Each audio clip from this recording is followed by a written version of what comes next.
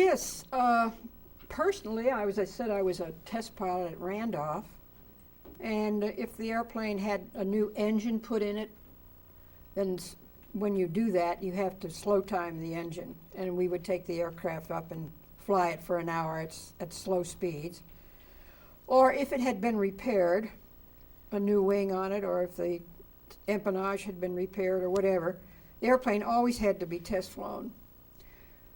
There was one other Wasp based with me, and there were 8 guys, but we did most of the flying. The fellows, most of them had been in combat and had come back to the States for a little R&R, and they were not as anxious to fly as we were.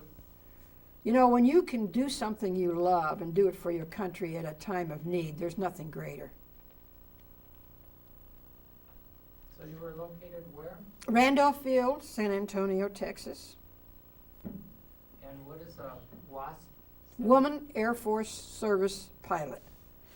And this is our logo. Disney Studios provided the logos for most of the various units throughout all branches of the military during the war. And this was our little insignia, a little Fifanella. And she was a good little omen, made sure we got home safely all the time. And here's a photograph. This is a book that's been written about us, Women Air Force Service Pilots. This is a shot of some of the gals that flew I think they were B-24 pilots. And there's a picture of Jackie Cochran. She was our wartime director. She held more altitude, speed, distance records in more aircraft than any pilot, male or female, and I don't think her record will ever be topped. She was a fantastic woman. Where's that picture to your left? This one? This is a fine art print. This is me climbing out of a P-40. This is a fine art print of a much larger painting that's part of the official Air Force art collection in the Pentagon. And what the artist tried to show here was the different uniforms. This was a coveralls that we used when we trained. This was our official uniform, flying uniform. This was General Arnold. And this WASP here was Barbara London. She flew, I think, more flights in 3 days than any other pilot had ever flown. I think she delivered four or 5 aircraft, clear across the United States in a matter of 3 or 4 days. And because of her tremendous ability, they awarded her a special medal for that. But the way we differed, and I think it's important that people understand this, we had no rank. We were all the same because I said we were civil service. So it didn't make any difference whether you were just starting in the program. You didn't get paid any more as the program went on. We got paid about $250 a month. But we had to buy our own uniforms, and when we were in training, we had to pay for our own room and board, and we had no insurance on our lives. 38 WASP died in the line of duty, and their families never received a copper penny. A terrible injustice to one of the most successful pioneering programs in military aviation history. So back in those days, how much was 250? How much was 250? Well, that wasn't very much. It was almost comparable to what a second lieutenant would get. And what does a second lieutenant do, or what's their job? They're an officer, right? You're kidding me. Not me, but A second lieutenant could be doing many things in the Army. Rank does not tell you what his specialty is, but you get paid by your rank. That's right, I forget, you're not military. Well, yeah, you gotta also think this is for high school students, so a lot of them don't. Well, they know very well that a general makes more than a second lieutenant. There's a second lieutenant, first lieutenant, captain, major, lieutenant colonel, colonel, brigadier general, major general, lieutenant general. And the higher up you go, the more money you make. So you were comparable to a second lieutenant as far as pay, Part pay. Mm-hmm. but you think you should have been higher ranked? Or Well, I think the difference is that we had no insurance on our lives. Anybody going in the military today, their lives are insured. We had none. And my point being that when it made no difference how long we did this. Our program lasted 2 years. We didn't make any more money at the end of 2 years than we did in the beginning. Where if it had been in the military, as you progressed and you get into a higher rank or a higher specialty, you make more money. So there were a lot of inequities in the program. now, after the war, Mm-hmm. what did you do? I became a commercial pilot and a flight instructor. I taught flying for a number of years back in Westchester County Airport, White Plains, New York. I then started I had my own television show. I wrote, created, produced the first aviation television show over a major network television in 1947. Aviation program. And then I came out to California to get away from the snow, because you can't fly much in the winter back in New York. Those snows get to be pretty high, and the wind's blowing all the time, and not too many people come out to the airport to fly. But I flew all types of aircraft as an instructor. I was not only a flight instructor, I was also head of the instrument flight training program at that airport. And then I came out to California, and I was hired by North American Airport Corporation. They manufactured the AT-6, the P-51, and many aircraft. I was a technical writer, would write the manuals that told the pilots how to fly the airplane. And did that for a while, and then we got into the film business. They found out I had that TV background. So then I became a film writer, director for North American. And then the Korean War came along, and I was in the reserves. I had entered the reserves, and I was called to go back on active duty during the Korean War. Not as a pilot, but as a television person, as a writer, producer with a television unit that was, again, pioneering. We were going to show the military that it was a lot quicker and cheaper to do training films on television than it was in films. Yeah. Hi, Betty. How you doing? Cheerleader and all that kind of Yeah. stuff. So this is very different from the role. I mean, you look like you were going to be a housewife and making apple pie stuff, and so this division I think is really kind of fun. That's what I wanted to get explored. Well, I said I would never marry until I was 25. Oh, that was ancient, you know. And the reason being that I didn't think that I would understand myself, Mm-hmm. and that if I married too early and my personal goals were driving me crazy, I would blame it on the marriage. That I felt I wouldn't be mature enough to understand what life was all about until I was at least 25. Now, I voiced that before I was even in high school. I was always career-oriented, always. You know, Betty, one of the things that I liked, I was listening to your tapes a couple times, and I listened to them again over the week to just kind of get me to focus a little bit, and that's the purpose I use them for. Who did you use as your model? Everybody has maybe a movie. Well, my person, role maybe. model wasn't the pilot. My role model was Madame Curie, because she was a scientist in a completely male-dominated field, but that didn't matter to her. She knew what she wanted to do, and she was good at it. And you got to remember, from the time I was in kindergarten, I was either the first or the second rated student in the class. So I was used to being a winner. You know, when you were used to doing that, now, and I know the competition in school and all that stuff, and the thing that, there's a few things I wanted to hone in on, and one of them was, when I think it was your dad saw that ad. Yeah. Could you tell me about that? Well, I had announced that I wanted to learn how to fly one night at dinner. Everybody looked at me kind of quizzically, and my dad said, "Why?" And my answer was, and it was a true feeling, as I said, "Dad, there's going to be a terrible accident sometime. People are going to be injured.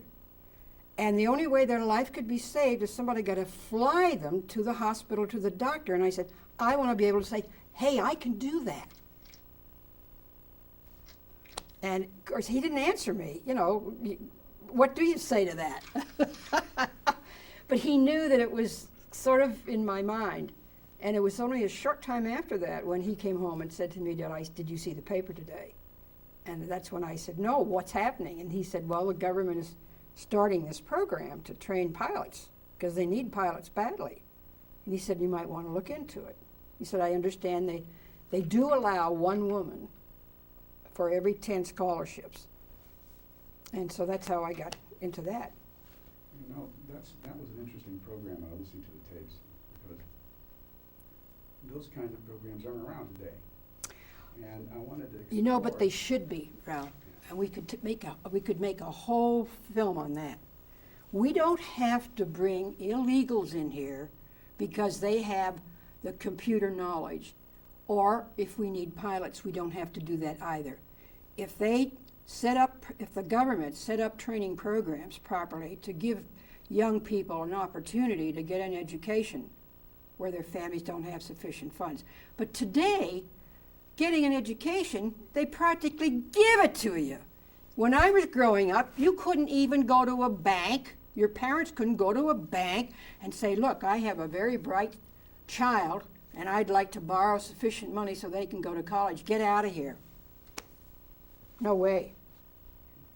Well, give me an Today, boy, they probably push you in the door. Well, you know, your parents were not moneyed, and they weren't landed gentry.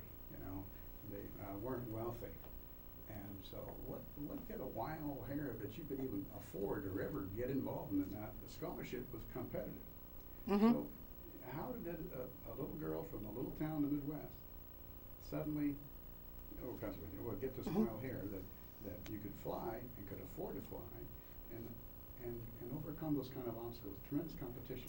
Well, obstacles to me were only to be overcome. That part never bothered me. I was always an honor student at everything, and they knew that, everything I attempted. And if I had the proper training, there wouldn't be no problem. They were very supportive, and I should be, and I am, grateful always to them for that, because I did a lot of things that little girls didn't do. Like my daddy needed a sign, a big sign, as big as this wall, on a brick wall that was about 75 or 80 feet in the air. And I said, "Daddy, I can paint that for you." So I spent my summer up there. They even had the newspapers come out and did a whole story on the little girl painting the big sign up on the brick wall. So, you know, they were very supportive. And I never apparently let them down. You know, I didn't get started in something and just say, "I don't want to do that." And they knew that. So your parents were not only supportive, they were disciplined? Yeah. How would you describe the atmosphere, not only the supportive of you? You mentioned the tapes, and I think that's very important. How a young girl in the era in which you went to school, very different than today. True. How would you describe that atmosphere of young girls and the roles they normally play, and how your family helped you get that wish you wanted? Well, I don't know. All I know is that I never envisioned anything but a career. Most young gals, when they get through high school, they start looking around for a husband. That was never my goal. My goal was to be educated, and if I got married, it would be later in life, after I had assumed a certain degree of responsibility for my own life, and I always felt that I would rather be involved in something. And I never fashioned myself as a housewife. Never. I would have. I was very much in love with a young man, but he had a career and I had a career. And unfortunately, he was killed during the war. I want to get into that in a second, but I don't want, just a little thought I want to get into right here, in one portion where you are a young lady learning to fly. You answered this ad in the paper. What happened at that point, and the ground school and flying and competition? I think that's really important, and how the guys treated you. And how you Well, when treated the program started, you had to go to school and learn all the subjects: meteorology, engines, theory of flight, et cetera, and it was conducted at a university, Bucknell Junior College. And women could apply and go through the school. There were only about 5 that started, and there were about 50 guys. Well, now the guys stayed in, but every week there'd be another gal drop out until there was just moi and 50 guys. And one guy came up to me and he said, "Are you still here?" I said, I thought, that's a strange question, obviously. I said, "Yes, shouldn't I be?" And he said, "Well, you know, this is a very difficult course." And I said, "Oh." He said, when they get around to testing us, he said, the scholarships, etc., he said the averages are like 98.5, 98.6, 98. I said, "How do you know that?" He said, "Well, I've already taken the course once." I said, "Oh, they allow you to come in the second time?" And he said, "Well, yeah, as long as you don't get past the age limit." I said, "Oh, that's interesting." So the next class, I went to Mr. Bailey, who was our instructor. He had been a West Point instructor. And I said, "Mr. Bailey, I think I'm going to drop out of this." I said, "I can't compete with these guys. They've already taken these exams. They probably know all the questions and the answers by heart." Oh, and he said, "Betty, you're 3/4 of the way through. Why would you stop now?" He said, "I just have a feeling about you." He said, "Stay with it." So when we had to take all the subjects over a period of 3 or 4 months, but we couldn't be tested on any of them until one day, one Saturday, they tested us. We were in class all day, testing on every subject. And when 2 weeks later, when we came in and they announced the winners of the scholarships, this chap who was so vocal to me was not among the top 10. And when he approached me, he was frothing at the mouth. It was unbelievable. And I what could I say to him? I couldn't say to him, "You should have studied better," which he probably should have. Maybe he would have been one of the 10. But he was afraid now he was going to be drafted, you see, because he was over age. He couldn't go through this the 3rd time. Now, tell me the atmosphere among the men. Now, this was, give me the year and what was going on in the world regarding the draft, things like that. Well, this was 1941. The first landings I made were in snow, on skis, because that was in the winter, because I started to learn how to fly in the winter, and I got my license in June of 41. The guys I never had any trouble with that. They always accepted me as sort of one of them. I never had any trouble with, I don't know what you'd expect, but there was none of that. I never noticed it.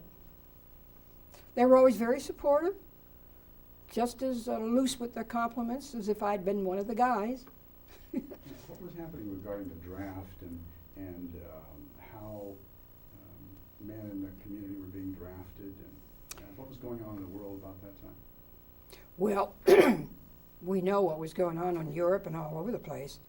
And as I say, on a Saturday night, you'd hardly ever see a guy.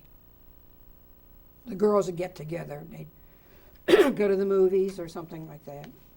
I was studying art at the same time because that was my passion as well. And I couldn't fly anymore after Pearl Harbor because of, as I was saying earlier, because they wouldn't allow any general aviation 500 miles inland from both coasts, so that if anything showed up on the radar screen, other than the airlines, it would be the enemy. So everybody's general aviation flying was curtailed unless they went inland. Now, a lot of the gals who eventually got into the Wasp program, they had to do that. They had to go inland to get their time because they couldn't fly. All the gals here in California that wanted to get into the program, they had to go inland. A lot of them went to Reno to get their time because if they didn't have a license, they had to have a minimum of flying time. Now, that's where our program differed. In the Army or the Navy, they take a guy right off the street. He doesn't have to have any prior flying. But our contribution was because we were already pilots, and they needed pilots. So that was our contribution. And that was the reason why our program was successful and the reason why it was needed. Now, did you already ask the question about how many were at peak and how many were at the very beginning in the Wasp? Yes, I did. I already answered that. Now, if you were going to address now when you first flew, and then there was this respite in between until Wasp was formed, Mm-hmm. and then you got wind of what Wasp was doing. Well, you see, I became an airline stewardess right away. So I was in the air, not in the cockpit, but in the air. And then I was only a stewardess for 6 months when the military, as I explained, military came to the airlines to establish these schools, and they sent me to Northeast Airlines Pilot Training School. So you see, every career move I made was going up the ladder. Did you mention, I thought it was kind of interesting when I listened to the tapes, the flights that Northeast was taking to Canada, and the kind of the makeup of the crew, makeup of the people aboard the plane, and the kinds of people. I thought that was interesting. Quite a contrast. Well, all airlines at that time were DC-3s, 21 passengers, pilot, co-pilot. But because we flew from the United States into Canada, one of the additional responsibilities we had was that we had to interview every one of those 21 passengers because they had to fill out the forms if they purchased any products. If they were going into Canada and they'd purchase products here, that had to be stated on the declaration, or vice versa, come from Canada coming into the States. So we were busy. We had to interview every single passenger. I had one experience, if you want to hear about it.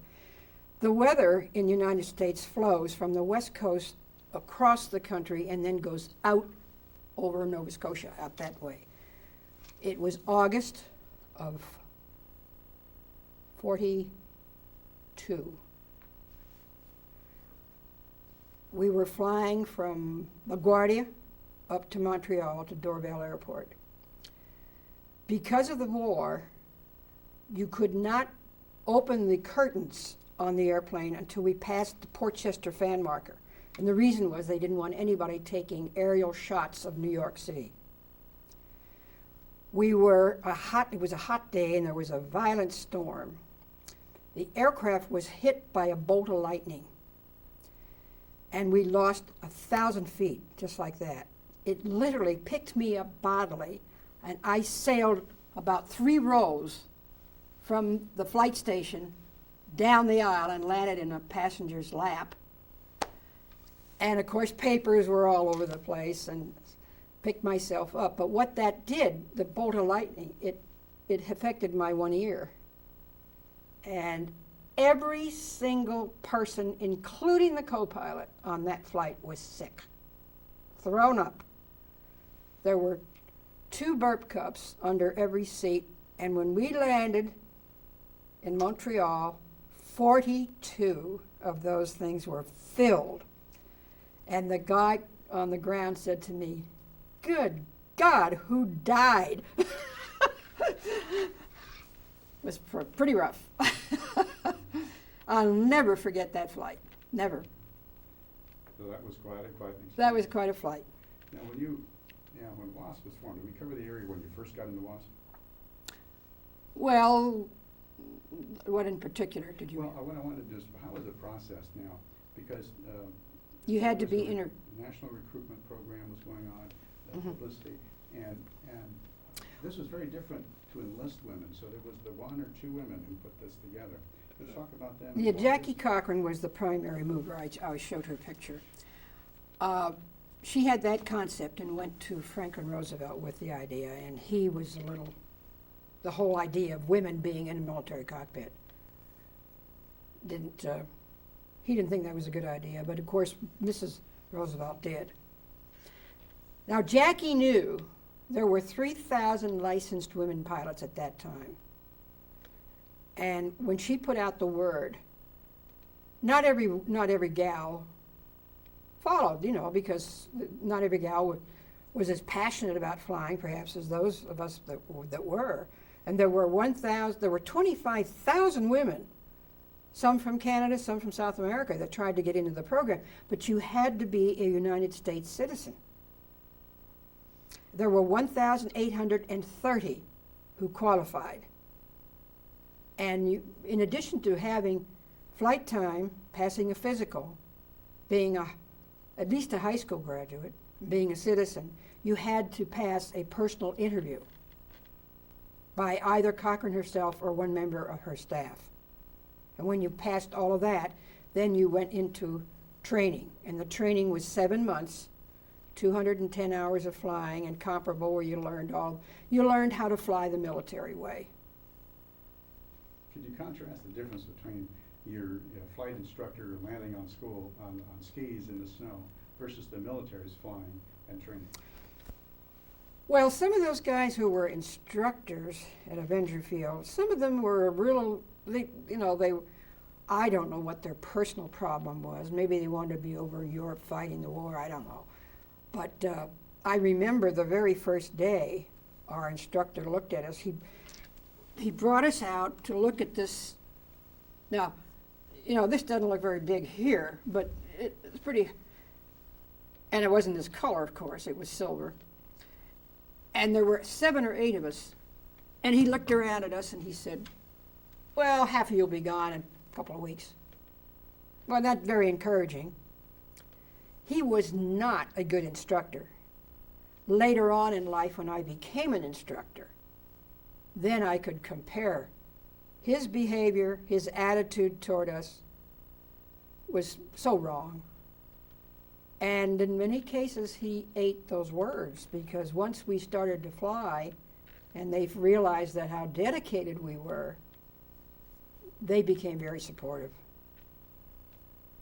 Even to this day, our post-war continuing organization, and we have one, a very tightly knit one, a lot of those instructors keep in touch with us, still to this day. That's great. Now, when you were flying, what was the first task? Because your first, we always remember the first of anything we do. What was your first assignment? Now, in your WASP, you passed the deal. So I was going to ask, before you became the WASP, you had to go through the interview process. That was the final hurdle, as I recall. Can you remember any of the questions that kind of stood out in your memory in that interview process, and how you reacted? You mean after we graduated? Yes, when you were interviewed. Well, we didn't know what. There was one other gal that was assigned to Randolph with me, but we did not know what we were going to do.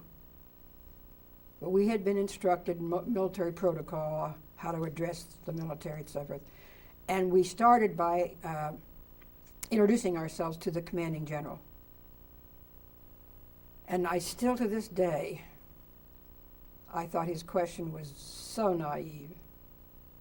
When he said, "So you like to fly?" Now here you are, you've been through 7 months of very rigid training. You've got those silver wings, and now you've been assigned here, Randolph at that time was the West Point of the Air, a most prestigious assignment. But he didn't ask us the kind of questions I expected he would ask.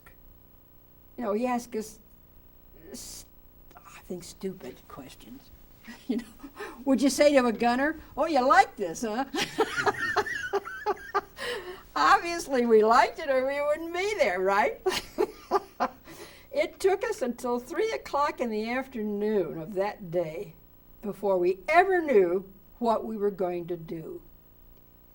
And I was thrilled when I found out I wasn't going to be an instructor, because I wanted to learn more. And when I found out that we were going to be assigned to emergency engineering, boy, the light lit. I thought, boy, I'm going to learn more about flying in that position than I ever would in doing just flying airplanes back and forth. That didn't appeal to me too much. And then after I was there a while, they called me and they said, we want you to go to B-25 school.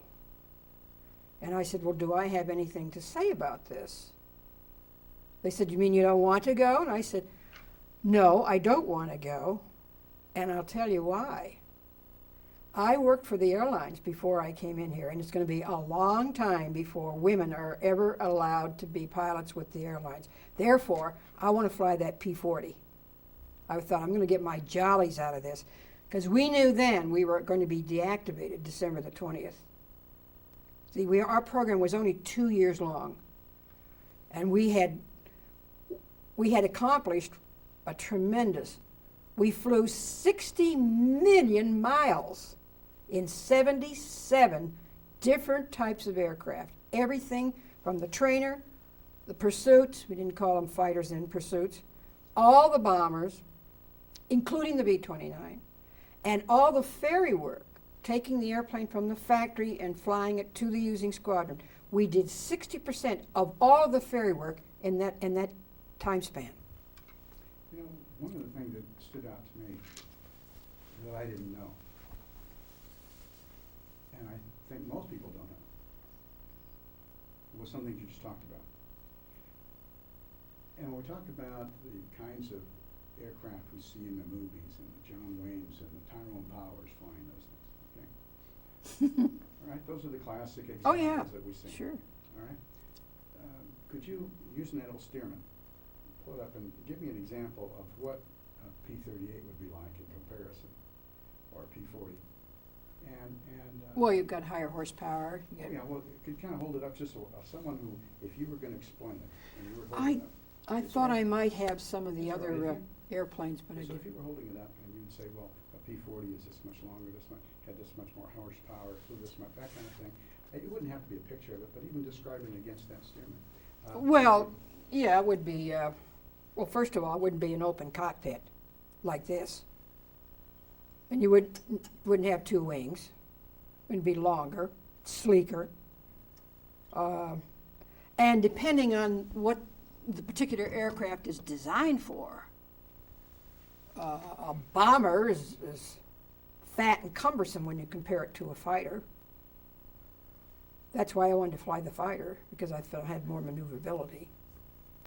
And but today, when you've got jets, I think people have asked me that what I think the difference is. The difference is that your decisions have to be made so much quicker today, and you have to be very sure of what that airplane can do and how you can control it. And your decisions have to be pretty on the mark, because everything is happening so much faster. But one of the joys of flying jets, as compared to what we did, when you have a propeller aircraft, you've got to concern yourself with torque. So every maneuver you make, you have to manipulate that rudder against that torque force. Where with the jet, first time I flew a jet, I opened that throttle off of Burbank here, and I was over Santa Barbara before I could even swallow. It's smooth. You don't have to worry about torque. You know, it's... Most people don't understand what torque means in a propeller. Could you kind of describe that? And, well, particularly it's the action of the aircraft to want to counter, depending on rotation of the propeller, it will pull. And what you have to do as a pilot is to keep the aircraft going straight, or whatever particular maneuver that you're in. And you know, after I became a commercial pilot and flight instructor, guys used to say, boy, they shouldn't do this and they shouldn't do that. They should build these airplanes. And I'd say, hey, wait a minute. If they did everything that easy, we wouldn't need a pilot. That's what you're here for. Not every airplane is perfect, and you have to recognize where those little discrepancies are and correct it. Now, if you were going to describe every pilot I've ever spoken to has a particular love for a particular aircraft that they just absolutely loved. Can you tell me about that? Which one was to you? I think every WASP probably would say they pretty much all felt the same way about the AT-6. That was built by North American. It is a beautiful airplane to fly. And, of course, you know, the gals who were checked out in the 17 would probably tell you they love that airplane. Or I know that some of my buddies that flew the P-51, they love the P-51. I don't know. I think it depends upon the gal's individual experience. Those who were ferrying a lot, I don't think they had time to fall in love with any airplane because they were going from one to another, you know, so many different, like Barbara. I mean, her logbook is unbelievable with the different types of aircraft. And some of these aircraft, before the real hydraulics were all developed and all, took a lot of muscle power. Could you mention that? Well, you know, this was one of the concerns of General Arnold. Not so much the actual flying of it, but if you had to feather a prop, if you had an emergency, whether, as he said, a slim gal would have the power and the strength to, you know, because you have to apply, if you lose a prop, for instance, on a twin engine, you have to counteract that by your rudder pressure. But I think in the final analysis, the training was such, they knew how, if you were flying even a twin engine or a 4-engine aircraft, you're taught what to do if you have to feather those props in order to keep the aircraft going in a straight line. And you have your trim tabs that can help you. I never had that condition occur. So I can't personally say what would happen. But it would take a lot of strength in your legs on the rudder pedals to keep that aircraft. Yeah, I was listening to the tapes, and one of the interesting things, Carl, one of your conversations about one of the last aircraft, you said, I'm not going to fly this damn thing, and I'm quitting on this aircraft, and I'm getting out of it. Can you just try that situation with a whole other women flying a whole aircraft? Well, I think where there was trouble was the guys refused to fly a lot of the aircraft on these tow target missions. Why? Because a lot of those aircraft were in very bad maintenance condition. And you're going to ask the next question, why? Because as long as it was flyable, the fact that maybe this instrument didn't work or that instrument didn't work because it needed a part, but if that part was essential to the war effort, it was going to go over to the zone of operations. It wasn't going to be used in that airplane. So those girls had to fly those tow target missions when half the instruments didn't work. Now the guys, and I kid you not, refused to fly. But again, Cochrane was trying to show how essential we could be to the war effort. And even on that first group of gals that were flying tow targets, they complained bitterly, and Cochrane went down there to appease them. And because they knew some of the gals lost their lives. A tragic accident that comes to my mind is that the canopy was not working right. They knew that, yet she went up. The main reason why. We were doing a job mainly that was done by men. If we refused, we would say, oh, that's because she's a girl. we would never let that happen. So we probably flew many missions where a guy would not fly it, but we were not going to be criticized. So we would extend the extra effort. And in this particular case, when she was coming in for a landing, the airplane caught on fire. She couldn't get out because the canopy was not working right, and she burned alive. They could hear her screams. Not very pleasant. No, and that was non-combatant role, and died as a combatant. And her family didn't even get a penny for her life. Not even workers' compensation in those days. And some of the guys, even on the caskets, pulled the flag off. That's pretty lousy. Can you imagine that happening today?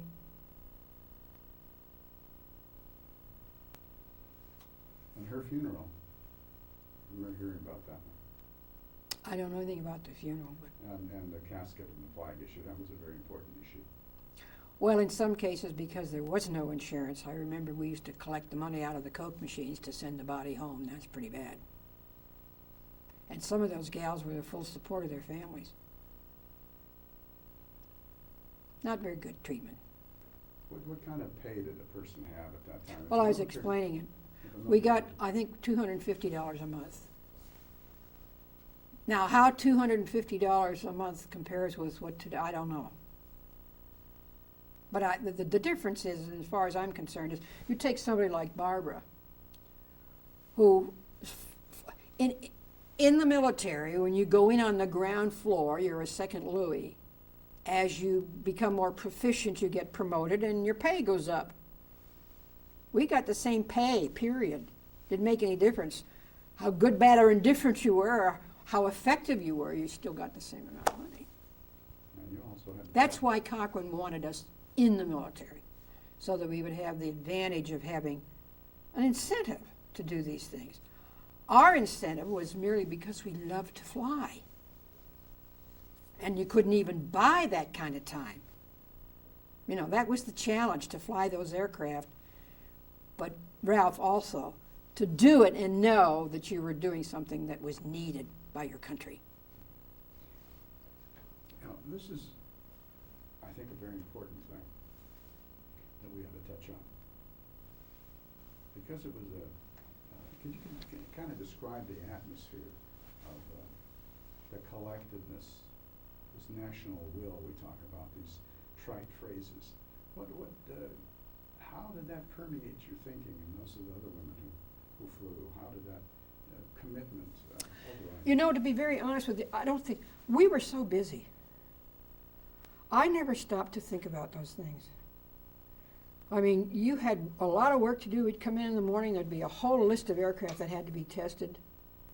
And in my particular case, because I was at Randolph, which was like the West Point of the Air, there were a lot of foreign dignitaries there constantly.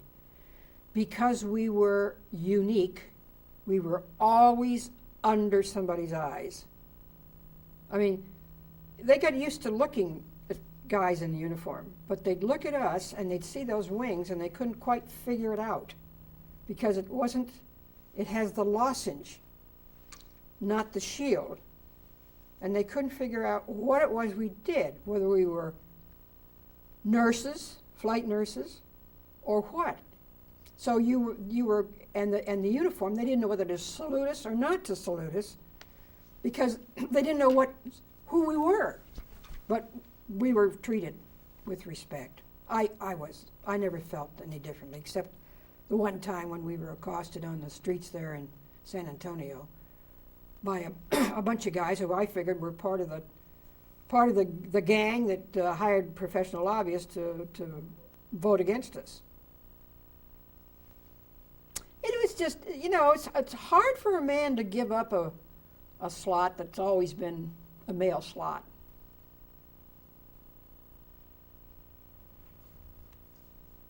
Do we have a little time? How much time do we have left? On tape? Yeah. 16 minutes. Okay, good. I want to get a little serious right now. When you were flying aircraft, and you're flying the first plane landing on skis versus one of the most difficult planes to fly, like a P-38, something like that. How do you qualify from going from at least 6 Because you're trained, Ralph. Our training was marvelous. You're trained. And you follow that, you follow it, and you just do. Now, when you went from, let's say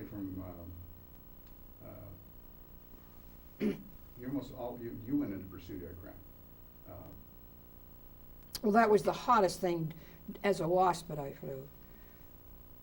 But after that, when I became a commercial pilot and a flight instructor, I honestly felt I knew more about flying, I learned more about flying in that profession than I ever had before, because you were trying to teach somebody else how to do it. And there were other factors involved.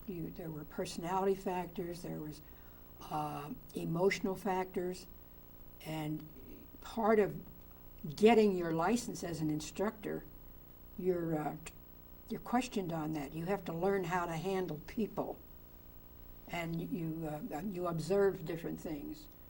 If the throttle is soaking wet after a student gets through the lesson, you know that they've got a problem. Or if they can't relax, or if they don't pay attention to what you tell them, and they start to figure out things by themselves, and they get in trouble, and you have to be calm with them. Now, this is one of the things that was a difference. The first instructor that I had in the WASP program should never have been an instructor. He used foul language.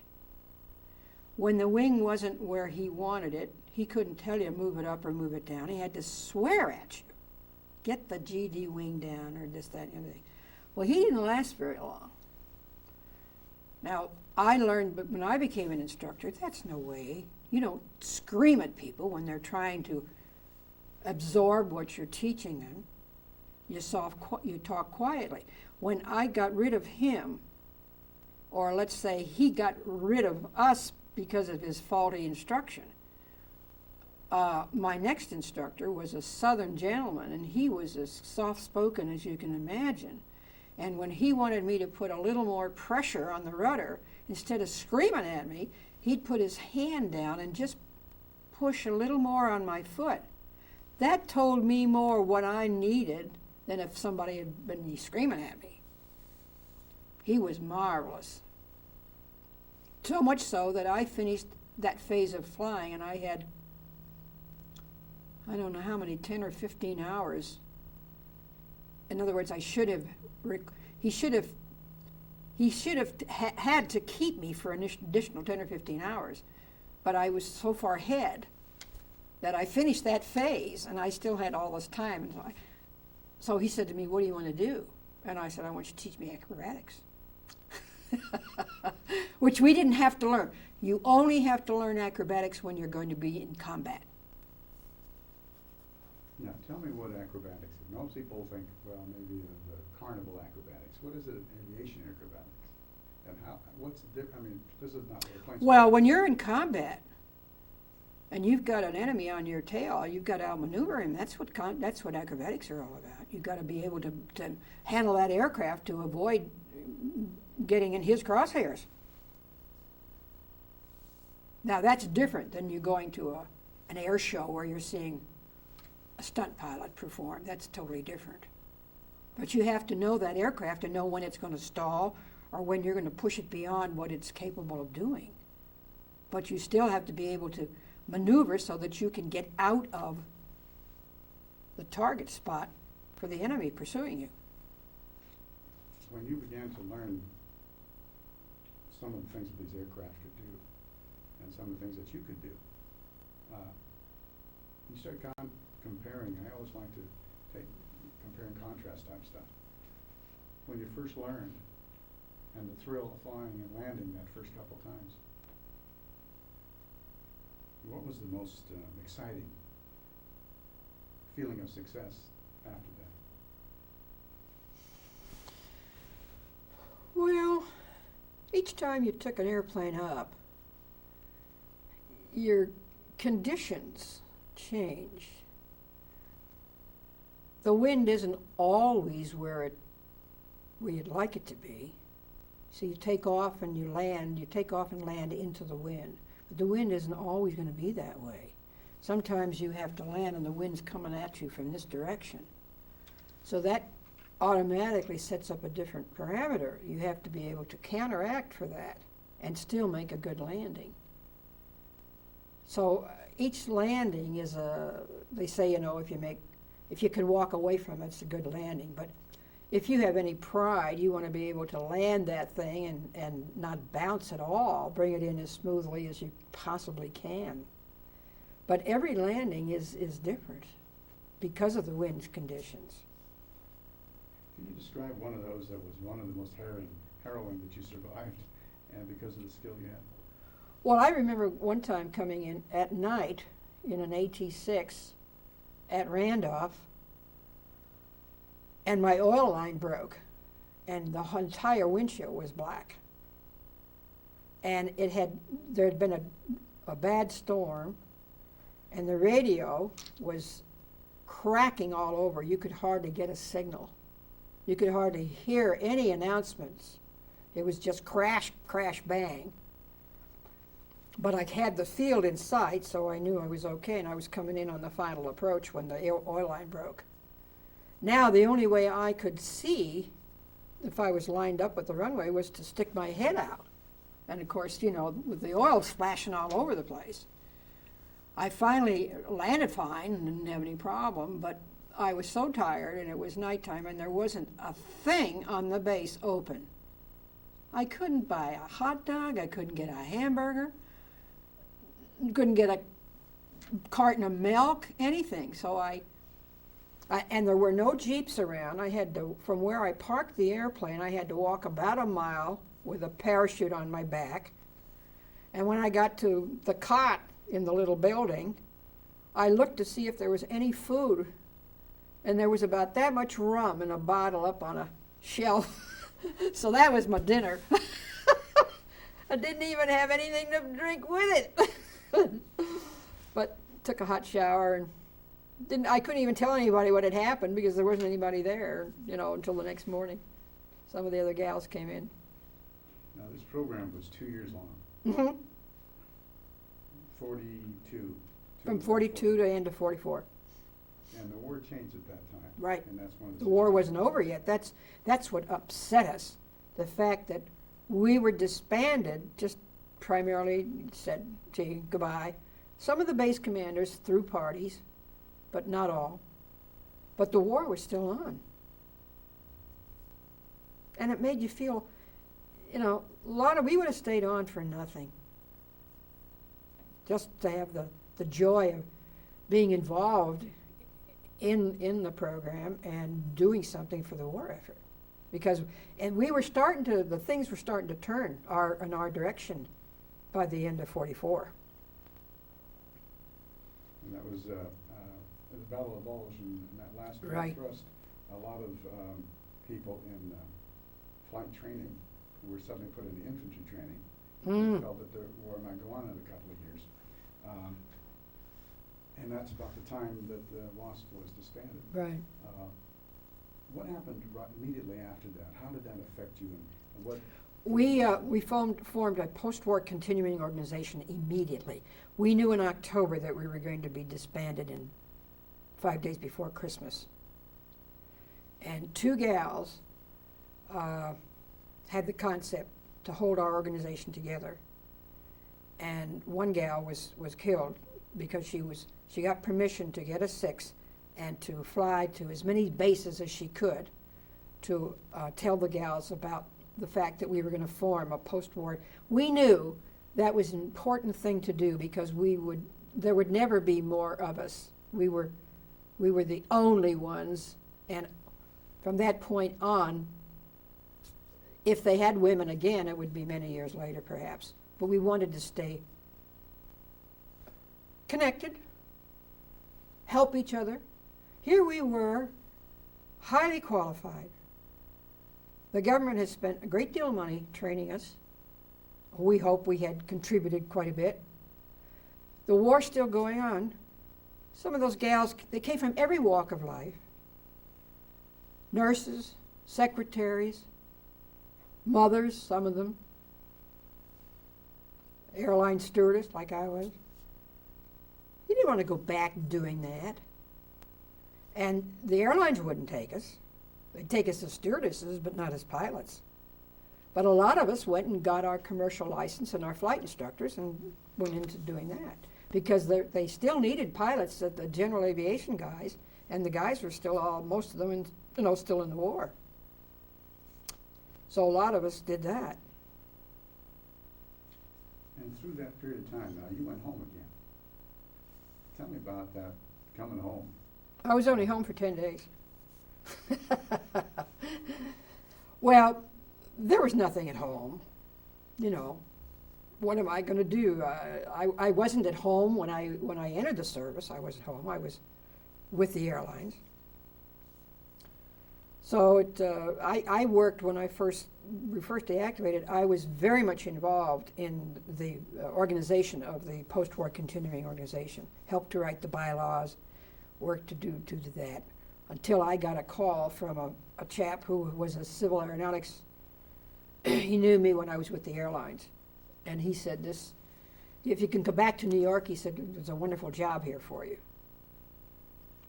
And, of course, I would still be flying. So I went back. And I was not only a commercial pilot and a flight instructor. I was the one gal and 8 guys. But because of my instrument training, I was put in charge of the instrument training, too. And I worked for a very financially secure company. It was a subsidiary of Gulf Oil. And it was at a beautiful airport, Westchester County. All the runways were a mile long. And at that time, Westchester County was the wealthiest county in the United States. So our customers were people who could afford to come on by flying. And we had a contract to train some of the guys that on the GI Bill. They went in to become pilots on the GI Bill. We had a contract for that. We had the distributorship for some of the new general aviation aircraft that was coming out. So I was busy. And what kind of, now at that point, you no longer were still involved in the organization. You're teaching flying and you're flying. Mm-hmm. And the aircraft started to change. Mm-hmm. Tell me about the transition of the kind of planes you were in. Well, when you're a pilot, you have to take transition time in every new aircraft. You don't pop from one to the other. Probably the rounding out my experience was I got to learn to fly seaplanes because we had a distributorship for the CV, which was manufactured by Republic, and that was amphibious. So I got rated then on seaplane flying. And that was I love that. I still do. It's a combination of boating and flying, because in order to take off on the water, you have to almost create your own. You have to fly. You get the aircraft up on the step, and then you fly in a big circle to create enough turbulence in the water. Then when you want to take off, you come back and you hit that wave, and that helps get you airborne. So you don't just get the calmest place and keep going. Well, you do if you've got enough of if you've got a cramped condition. If you're in a little bay, and you don't have a long run, you have to do that in order to get enough to go up. But of course, if you're on a river, I suppose, you could just hold it down long enough until you get up enough speed to take off. So if you were going to compare those seaplanes now, that was a very different transition. Oh, and how? But it was fun. A lot of fun. So, and now you made the transition from Wasp to commercial aviation, Mm-hmm. multi-engines. Mm-hmm. Now, what was the next transition to you? Now, I wanted to get into this next part. Well, see, what I did when I was teaching flying, one of my students was an executive with a very large advertising agency. And he suggested to me that, he said, you would be marvelous on television. Now, this was 46, black and white. So I put together a whole concept on flying. And because of his expertise in knowing how to get it started, he more or less sponsored me with getting me the right contacts. And so I started in television, had the first aviation network show from over CBS in New York. Yeah, tell me about. And see, then now I'm getting into a whole different career field. But my aviation background was what made me valuable. Could you tell me about the meeting and then what you prepared for him by the next day? I thought that was very interesting. When he asked you to prepare a scenario program. Oh yeah, I didn't know anything about TV, you know, who did then? And I said, how do you package this? And he said, well, in segments of 13 programs. Well, I couldn't stop thinking about the general public. You see, the one thing is, when I was an airline stewardess, we were taught that every passenger is a guest in your home. The airlines were romancing passengers then to fly. So the technique was, when I figured here was television, and the whole idea was to get people to want to fly. You're still in the process of promoting flying. So I couldn't stop from thinking of all the things then, the weather, and my concept of who do you get to advertise. You get every manufacturer that has something to do with flying. Gasoline people, tires, travel people, everything we're flying. And look how important flying is today. Can you conceive of how different this business world and our whole world would be without flying? We had a taste of it not too long.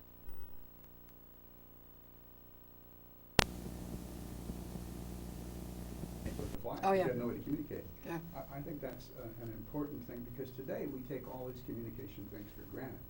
You know, everybody's got ground-to-air communications and they have GPS and they have all these things. I'd like to contrast that so that what people know, they say, gee, I didn't know that's the way it was. And remember, television, no kinescope, remember that.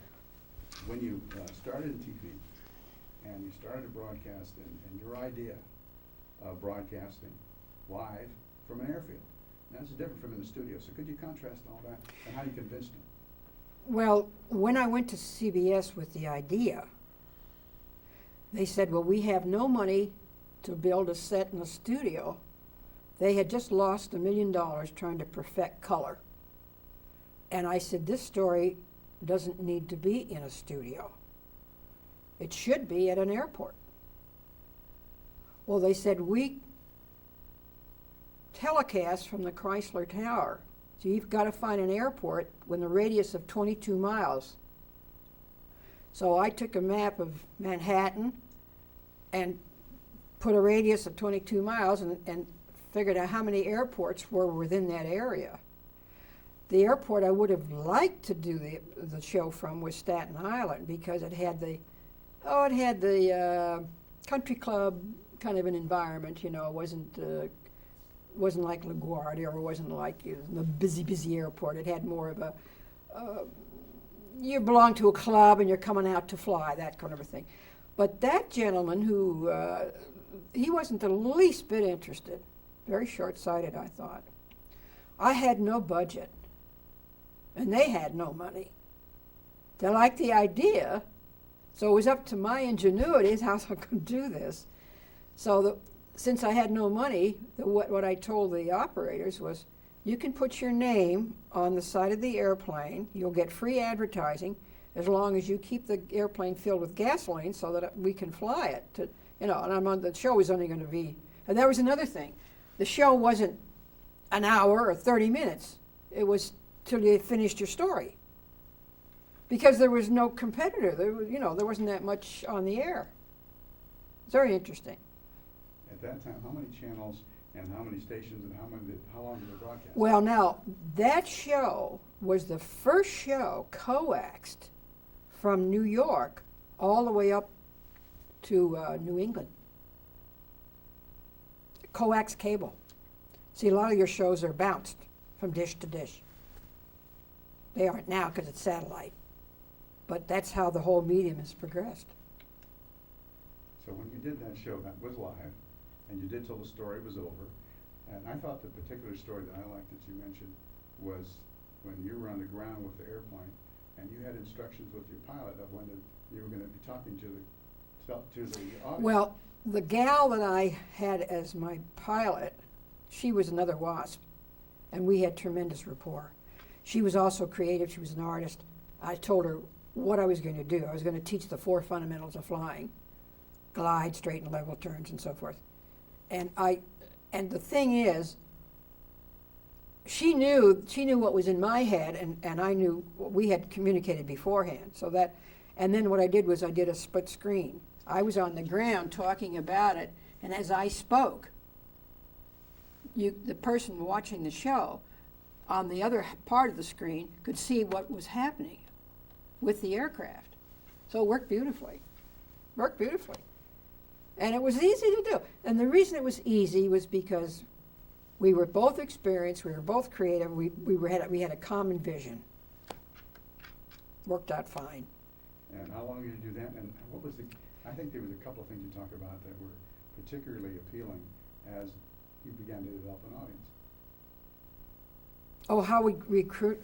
Well, you see, one of the things is, of course, my mentor, being an advertising executive, he knew the only way we could find out how well this program was being received was to plant people where we knew the show was. Where you had television in those days was in the bars. People didn't have them in their homes, very few. And he had some people, he didn't plant them there, but he had people from the agency planted to see. And there was a tennis match on. The show came on a Sunday afternoon. It was called Let's Go Flying. And people would watch the tennis match and then they'd say, okay, let's go back and watch that flying show, because that was different, it was novel. And I was hoping that, because I had mapped out all these programs, so the very next offer I got was to go over to NBC. And of course, being an ingenue in this business, I said, is that ethical? I thought we started with CBS, we got to stay with them. He said, oh no, this is very ethical. And so with NBC, there was a chap that had a program that he telecast from the roof of the Astor. And they liked the idea. It was a novelty. So I got Arthur Godfrey was a pilot, and he had a very well-known radio program. One of our gals at that time was starring on Broadway. So I tried to get people that had some celebrity value to them. But I had this pull to come out to California. And so while they're all trying to make up their minds whether they were going to have an aviation show, I came to California and got busy out here. And then I got this job immediately with North American. I didn't want that job. There were 2 gals that were working there, and they were doing such a splendid job. The company said, gee, if we could get more like you. And part of what we were doing as our post-war continuing organization was to try to find jobs for the girls. So Mimi Lindstrom was one of the writers. She called me and she said, who have you got who's a good writer? I said, well, a couple of them. So I sent some of the gals down, and then she called me back and she said, Betty, what about you? And I said, you mean you'd like me to be considered for the job? So I said right away, I'm not a college graduate. She says, oh, that doesn't matter. So I went down and they interviewed me, and they took me over the other gals that had college degrees. Now tell me, when you first came out, you told me you didn't have a job, and you were typing and putting all that stuff together to get the communications. Tell me about that, because that was kind of financially kind of a low, but it opened up a lot of doors. Could you tell me about that? Well, my work, until I got the job at North American, everything was devoted to building we called it the Order of Fifi. This is Fifi, as I was explaining. We called it the Order of Fifinella, because this is our logo. And there was another organization pilots knew about. It's called the Order of the Dedalians. But that that was for men only. And I designed the ring, I designed stationery, and we got permission from Disney to use that logo as long as we were only using it to build funds for our organization. But we also had we still do. We have a publication. I was the editor for about a year. And I did everything, the copy, the art, the layout. But that was when I was back east flying. I did that. And then they elected me president, and I served 2 years in that. The thing is, that organization, people wonder about us. We have, a lot of the gals have died now. We're only about maybe 600 of us still living. But we have our national conferences every 2 years. I have been on a speaking tour more now than I've ever been in my life, because I just came back from we have scholarships we give to gals that want to try to get into the Air Force Academy. And I was up in Crestline awarding some of those. We all keep busy, and we've kept a bond. And, you know, a lot of people have asked this question. When you go to college, male or female, you make bond with your fraternity or your sorority. A lot of those bonds open doors for you in your careers. Our bond was stronger because we never knew when we said, "Hi, I'll see you later." And sometimes you didn't see the person later. So the bond in the WASP program was stronger. I mean, today, we kept track of each other, and that's part of the joy, is learning about. A lot of the girls went on, they got married, and they had big families, they went into careers, they became doctors, we had girls who were judges, and they're doctors, they were lawyers, they have their own business, but we all stayed connected. Tell me about when you came out. You got that job with an aircraft manufacturer. North American. Mm-hmm. Yeah. That was a different role. Very much so. Tell me about how, and because you were, again, an only female. Well, but you see, our knowledge of the military and of aircraft was what equipped us.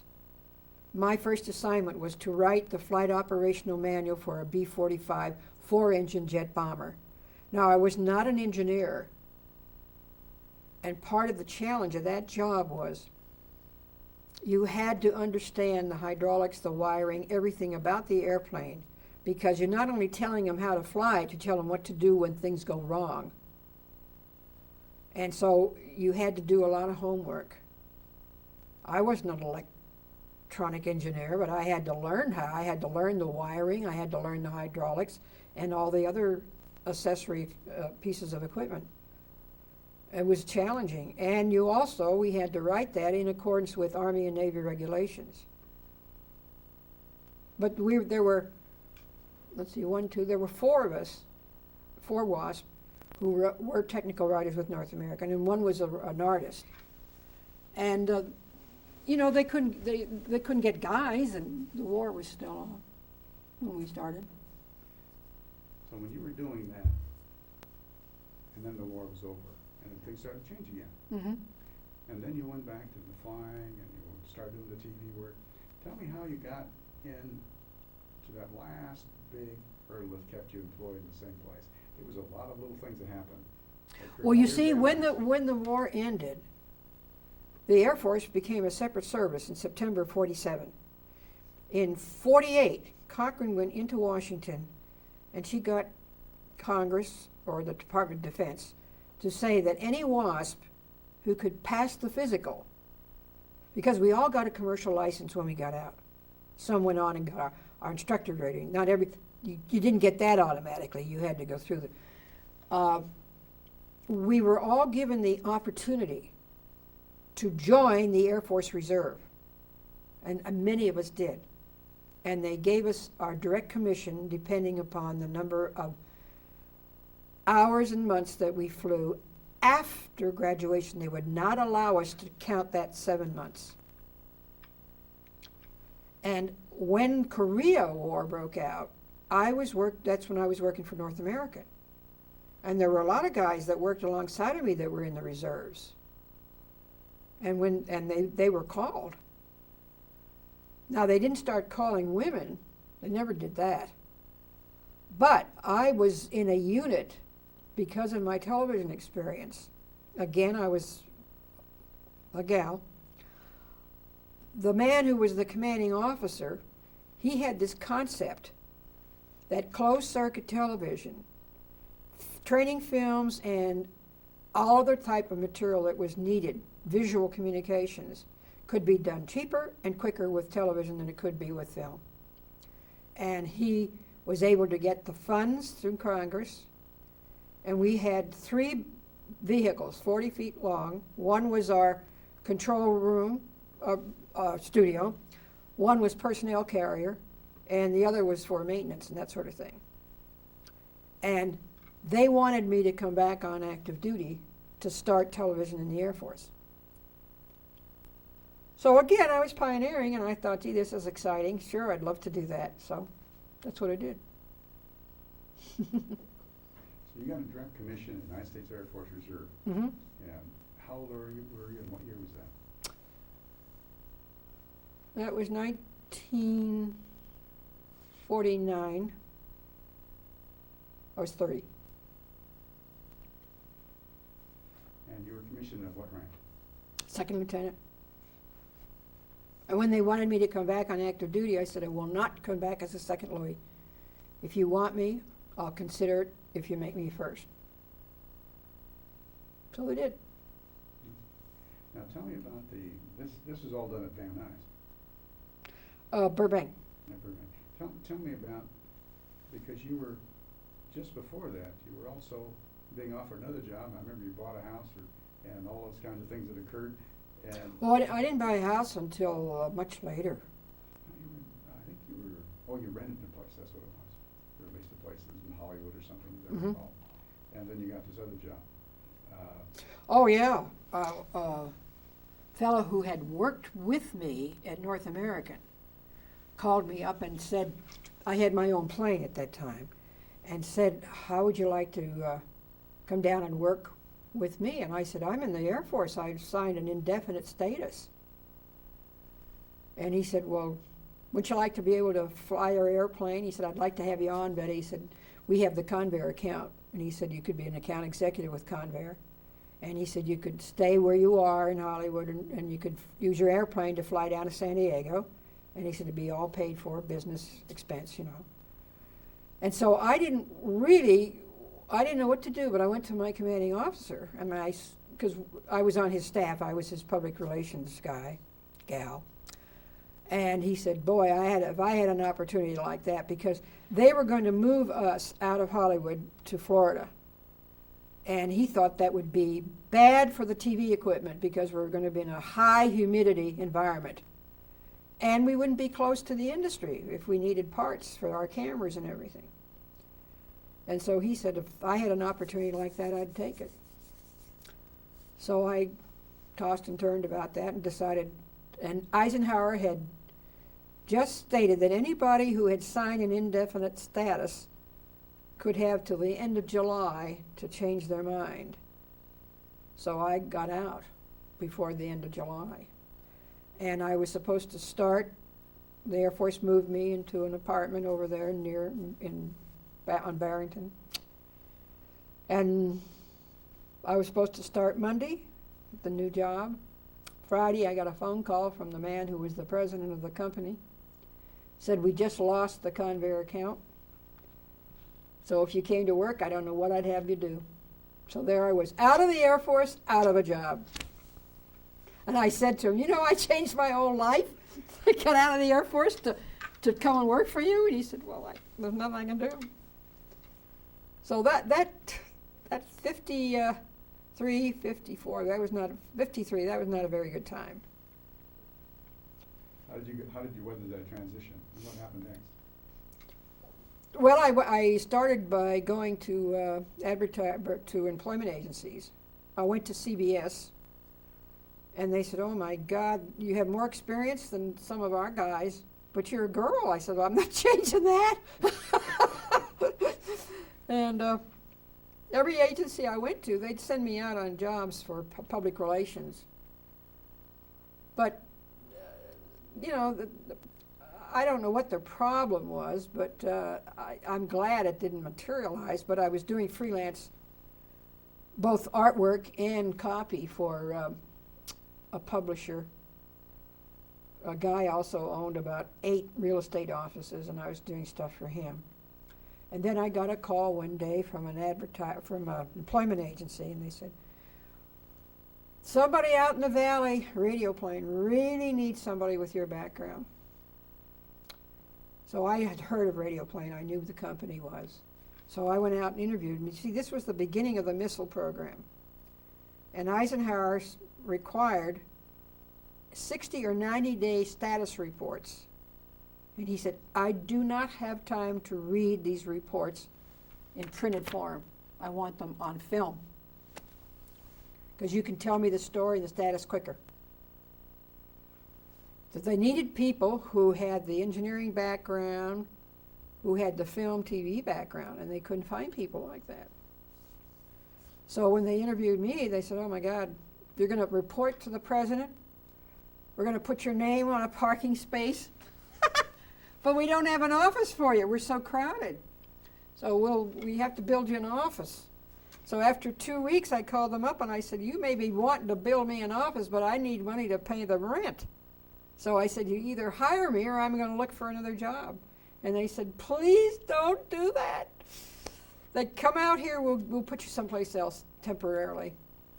So I went out and I said, "Where are you going to put me?" And they said, "Well, we thought you could do pretty good over in contracts because you understand military language and all this." So I went across Woodley Avenue, and the guy who was head of the Navy contracts department read my background, and he says, "Oh my God, you could do this, but why would you?" He said, "You're a creative person.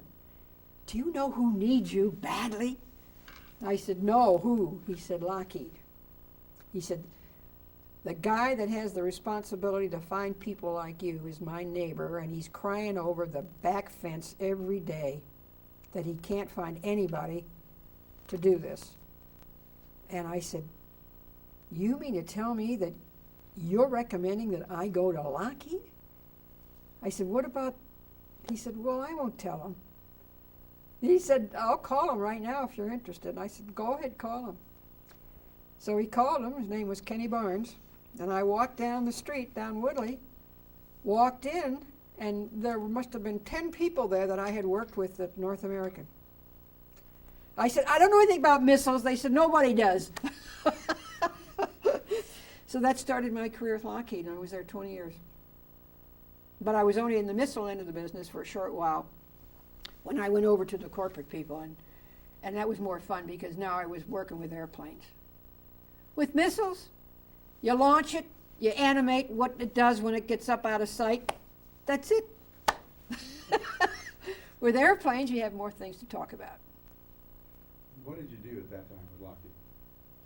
I wrote, directed, and produced their marketing films. With every new plane, they needed a film. They needed brochures. They needed a film. Our department was run like an ad agency. And there were a lot of guys, and they were all aligned to product. But I did all the films on all the products. That must have been great exciting. It was absolutely fabulous. How would you feel that your creative juices came out? Tell me about it. Well, it was always a challenge. You've got to make the film interesting enough to keep the potential customer's interest. It isn't just a question of saying this is what the airplane does. You've got to create storylines. You've got to create interest to make the film excite them, stimulate them, motivate them to want to buy that product. Tell me about one that you thought you were particularly proud of. Well, one airplane was the Electra prop jet. It was a combination of jet and prop. It was called the Electra. The engineering department, you know, when an airplane, and this was selling the airplane to the airlines, an airline loses money when that airplane is not flying. If there is a part that has to be replaced and it takes hours to replace it, that's lost revenue. The quickest time that you can put that part in and get the airplane flying again, they're going to make more money. So I called the film Pattern for Profit, because the whole concept of that aircraft, from the engineer's point of view, was to design it so that, for instance, I'll give you an example. Let's say the fuel pump went out. The challenge to the engineers, they set up arbitrary time spans, and they designed it to that. In other words, they'd say, well, we want to be able to change that fuel pump in 22 minutes. They would design and design and design until they could do that. Where if an you know, one of the things with your car, many times, the part costs $5, but it takes 4.5, 5 hours of labor to get to it. That's where the cost gets eaten up. So their whole challenge in designing that airplane was to design it with minimum time. They had times down. We want to be able to change this in this time. We want to be able to do this in this time. And they designed and designed and designed until they got to it. So that airplane was a lot of fun to make, because you were proving a point to the advantage of the airline. How did you tell the story? Well, you'd have to see the film. But it was one I was very proud of. I won a lot of awards with that film. And how long were those typical films, and how long did it take you to produce them? Those films were usually, we try to do them in what we call a one reel, or 20 minutes. Because your time span, people won't sit longer than that. Depending on the amount of animation that was in it, or whether you had an original music score, the difference is when you're making a film, well, I often said the joy, I would absolutely go crazy if I could work for a studio where the end product was the film. Not when you're working for industry. The end product is whatever they're producing. The film is, you've got to work around it. And that's what made it very, very difficult. You'd be all set to shoot. I worked on holidays because that's when the rest of the company was not working, which would allow us time to move in and shoot. And that was the toughest part, is working around. You had to work around the guys that were doing their job. You move in with a film crew and everybody stops working. And they couldn't tolerate that. So that was the tough part of that job. And how long, you did this for lovely 20 years. And how many, and that was all with Lockheed? Mm-hmm. I worked for North American 4 years. So plus that's what I did in the Air Force. You see, I stayed active in the Air Force and did the same thing in the Air Force. Now, you have twin roles. So tell me about you had your civilian life. Tell me about that briefly. Now, tell me about the military role as reservist. You know, it was the knowledge I had working for the aerospace industry applied to the military. When I was on an active assignment in the military, what I knew about the aerospace industry was helping me perform that job in the military, and vice versa. They fed each other. It was beautiful. Now we resigned your position for that one job. How did you get back in the Air Force, and what happened at that point? Well, when I was called back, I left, but I stayed active in the reserves. And that's how I went up in rank. I went as high as I could go. The highest a woman could go was lieutenant colonel. Couldn't go any higher. Now it's wide open. But a lot of, especially in the development of the missile program in this country, those films were needed by Congress and by the President. For instance, I'll give you an example. Air Research and Development Command, which was in charge at that time, was headquartered in Baltimore. General Powers was the commanding general. Word came to me through the reserve unit that he needed a film that would give him, at that point in time, at what status were we in developing missiles. They asked me, could you get 2 weeks off and go back to Baltimore and do a film report on the missile program for the general? Now, I said, where am I going to get the footage? And they said, well, every company that's involved in it has sent reports in, so you're going to have to take all of that footage together and make your report. I said, okay. They put me in a room that was a vault. I couldn't even get out of that room. I had to pick up a phone and call one of the officers if I wanted to go to the ladies' room. It was, some of those programs were above top secret, what we called Q clearance. They told me, when it came time for me to finish the program, they came in to debrief me.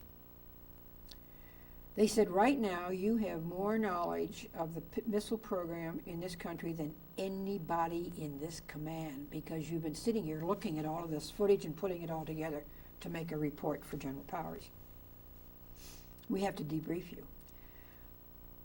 Bill Holden had just finished a movie on the Air Research and Development Command, and it was going to be premiered in Baltimore that night. And all of the powers to be in the command were going to the premiere. So they invited me to go. But I was working on the project right up to the very end, and this colonel that was going to debrief me, he kept coming in the room about every 20 minutes.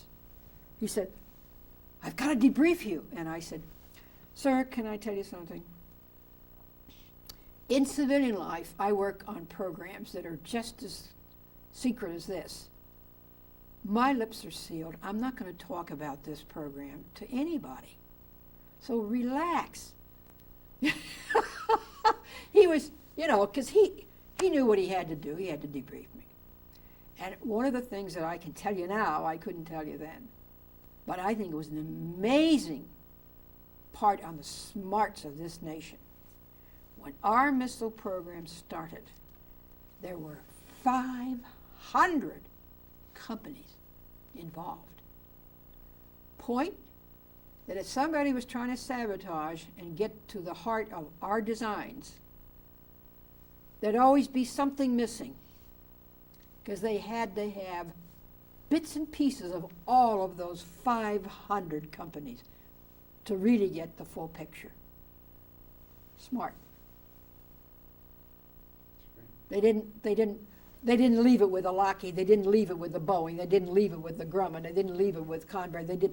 And all of these companies were together, and everybody had a piece of the pie.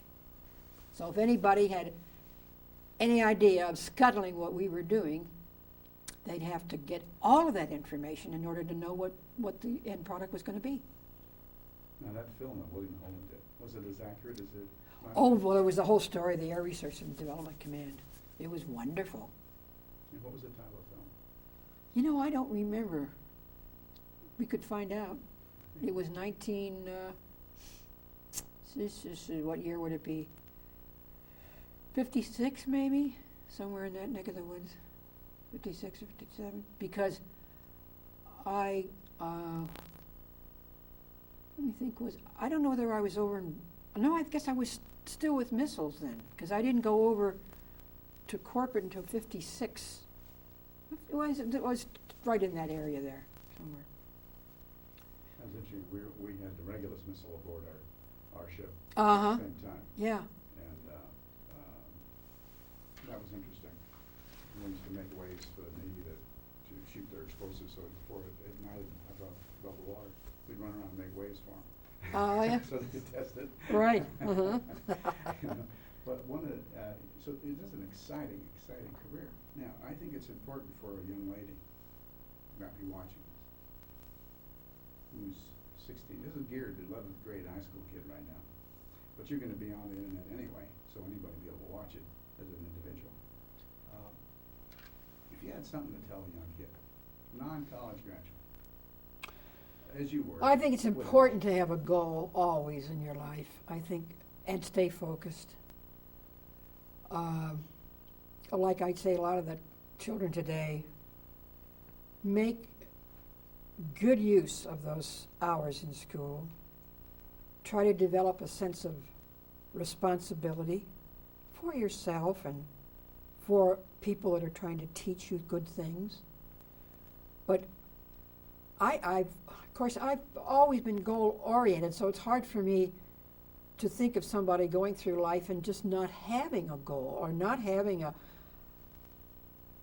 something they want to do. I can't imagine what a horrible life it would be to be just floundering around, not having any purpose.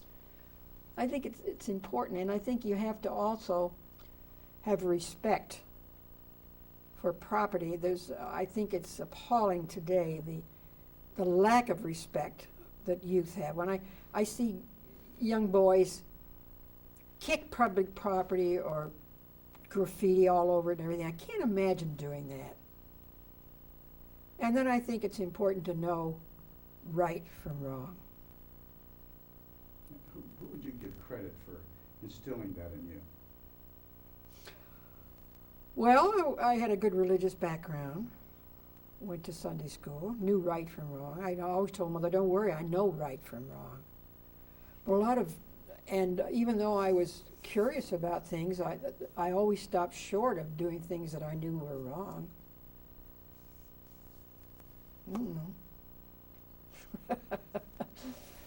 One of the things I want to talk about, here you accepted all these assignments and did peer and excelled against people who had tremendous academic backgrounds. And you were right there with them. And when you became a lieutenant colonel, there weren't very many lieutenant colonels in the U.S. Air Force or U.S. Air Force Reserve. Well, not many women, no. Could you kind of talk about that a little bit?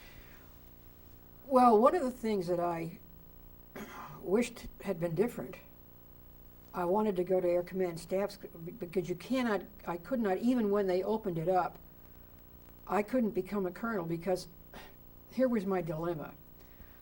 The work that I was doing at Lockheed was so vital, they wouldn't release me long enough for me to go to Air Command Staff's College. So I was trapped because a good friend of mine who I knew when he was a captain became Assistant Secretary of the Air Force.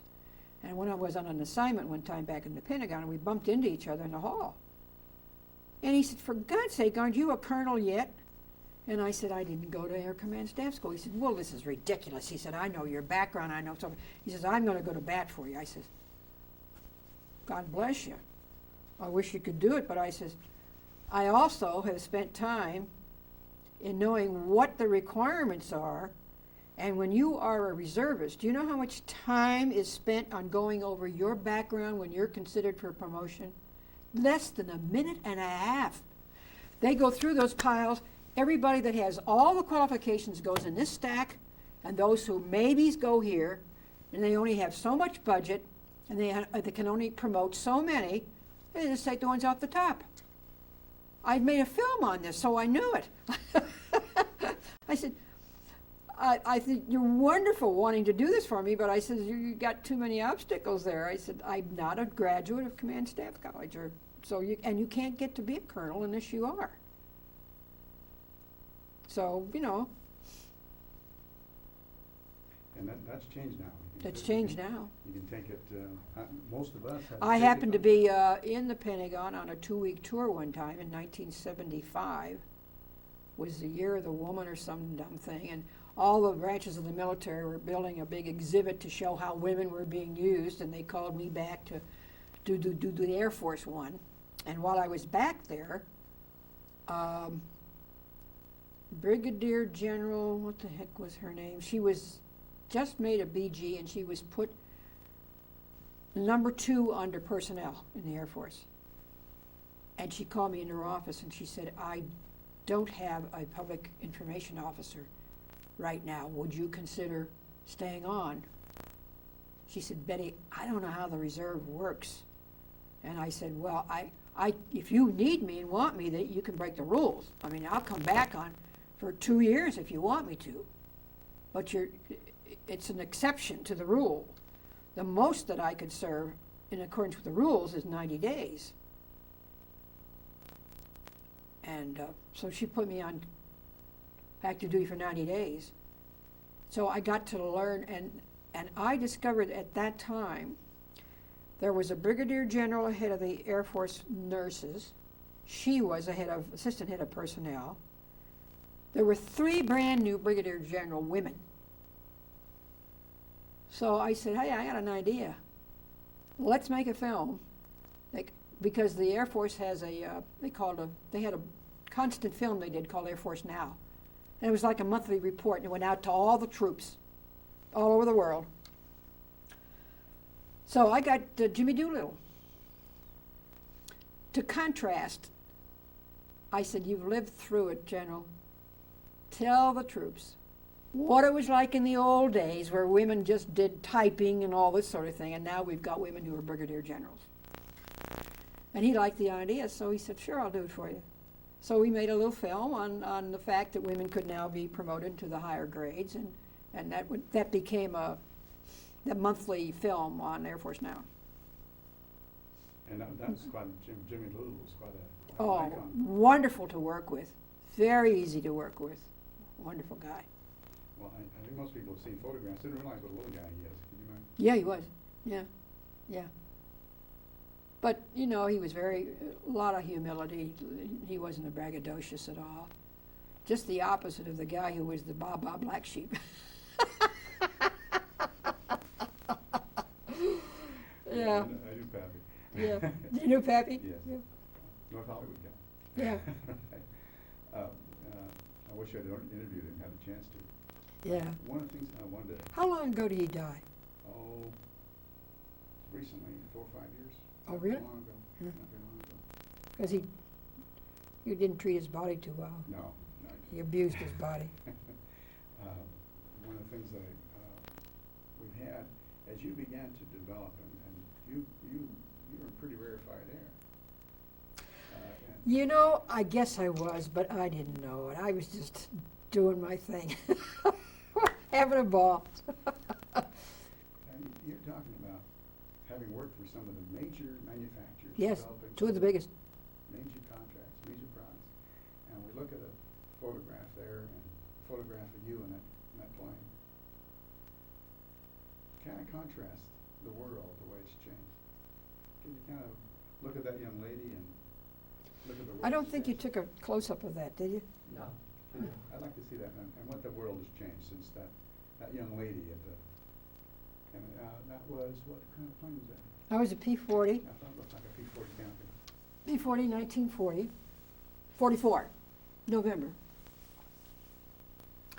And who was that young lady? Well, I had just landed the plane. I'm filling out the Form 40, and the photographer came up and he said, we got orders to take pictures of all you gals. And I said, okay. What do you want me to do? And he said, just sit there. So he took the picture. Now, this is a picture that tells a story. This was taken in 1948. I had been nominated and elected president of our post-war continuing organization. And this was a forest lawn. And I designed the floral piece with the broken prop. This was all blue and yellow mums. This is Rhonda Fleming. And those are 2 other Wasps. And this was a general. I can't think of his name right now. And that's me on the far left. we had this marvelous memorial, the first memorial service to the 38 gals. We worked it very closely with the public relations people at Forest Lawn.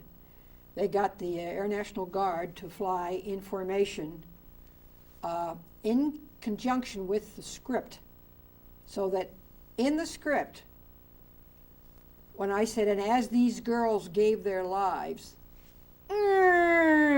information right over the little Church of the Flowers in Forest Lawn. It was a wonderful, we invited the parents of the gals who had died to come there. And Rhonda Fleming was a new star on the Hollywood scene. She had a gorgeous voice. She sang a beautiful song.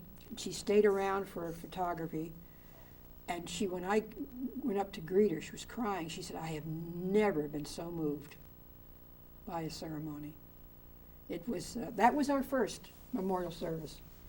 What year was that again? 48.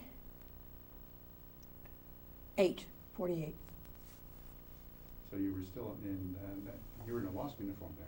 Yeah, well, this was our part of our national conference that year. Describe the uniform and the kind of accoutrements as you were there in that P-40. Well, this was a dress uniform. This was our flying. We had, our jacket was, the color was Santiago blue. It's not navy or it isn't royal blue. It's sort of kind of in between. Well, we had a little, sort of like a baseball cap we wore, pants, and the jacket. But we had no rank, just the wings. And on the lapel? Oh, those were the little wings. The prop with the wing. Pretty simple. And a P-40, most people don't have any idea of the cylinders and horsepower and speed of that plane. I don't remember all of that. I just remember one thing, that this airplane had an electric prop, and it overheated a lot. And when you taxied out, it was nerve-wracking because they stopped all flying. They gave you priority because they didn't want you sitting on the line with the engine overheating. So the minute you got out into takeoff position, they stopped everything and they cleared you right away to get off. And it made you feel uncomfortable because you knew everybody was, all eyes were on you. All the guys, hurry up and get that thing off, so I can get up there and get off. And it had an inline engine. And you sat up in that cockpit and the nose was way up there, compared to the other airplanes we were flying. But I loved to fly that airplane. Yeah, that was a really high-powered plane. Yeah, I forget what the horsepower was now. Oh, geez. Tremendous speed in those things. Well, when you're contrasting, you've been through just about everything in the Yes. aviation field. So if you were today, and one of the things I always ask, if you were going to kind of review not just your career but your lifetime, there's always something that picks out. What might be those one or two things that kind of stand out to you?